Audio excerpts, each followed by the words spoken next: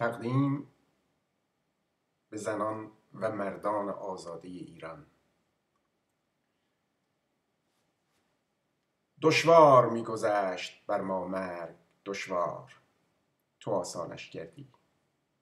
در تاریک ترین پنجره های نیم گشاده، در کج ترین خط دروغین قصه ها، در بادها و موج، در سرزمین به یغما رفته، آنچه می‌گذشت تو نبودی، نمی شکستی، نمی مردی. تاراج کردند و سوختند، ویران کردند دل ما را، تا بنگریستیم کشتزار سیراب جهان را، از جوی باران جاودان که در نگاهت می رفت. رفتی اما نقش خونین لبخندت بر گیسوان کودکی ماند.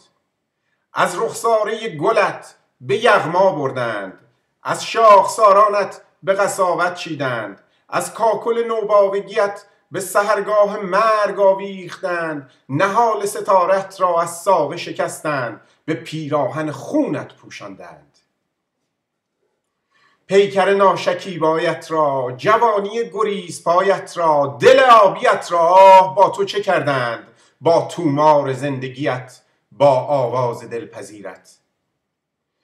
نه چشم بود نه نگاه، نه تبسمی در تنهایی بی خاطره، هیچ کس نبود، هیچ کس.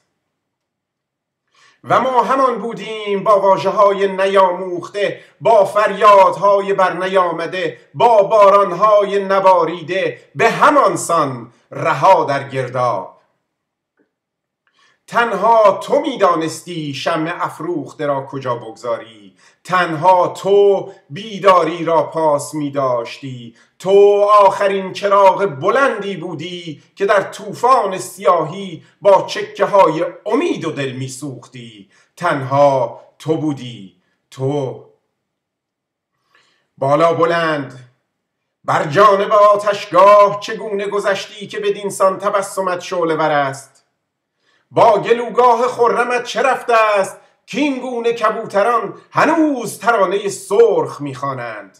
بمان آی جان بیقرار، با دلاوری ناآرامت در گلخنده ها و آسمان و باران آبی، در چکه های بیتاب سپید دم بر پیشانی کوه، در رنگ رقصان نسیم بر آرامش گیاه، همچنان بیدار و سرگران در دل ما.